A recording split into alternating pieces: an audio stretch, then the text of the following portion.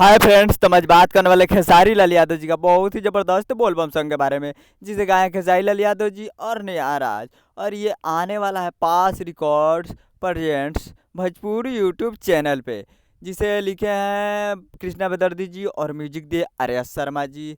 तो ये कल सुबह में रिलीज किया गया है, जिस गाने का नाम है चल पगली देवघर, जो कि आपको स्क्रीन के ऊपर दिखाई दे रहा है। जिसे वीडियो सॉन्ग रिलीजिंग ऑन 20 जुलाई 6:30 पे सुबह सुबह रिलीज़ किया गया है। 20 जुलाई को सुबह 6:30 पे रिलीज़ किया गया है, जो कि आपको स्क्रीन के ऊपर दिखाई दे रहा है। जिसे गायक है साई लाल यादव जी और नेहा राज। ये पास रिकॉर्ड्स भोजपुरी यूट्यूब चैनल पे 20 जुलाई को सुबह 6:30 पे रिलीज हो चुका है। तो जाइए और जाकर इसे सुनिए। फुल वीडियो सॉन्ग में रिलीज हो चुका है, तो जाइए और प्यार दीजिए।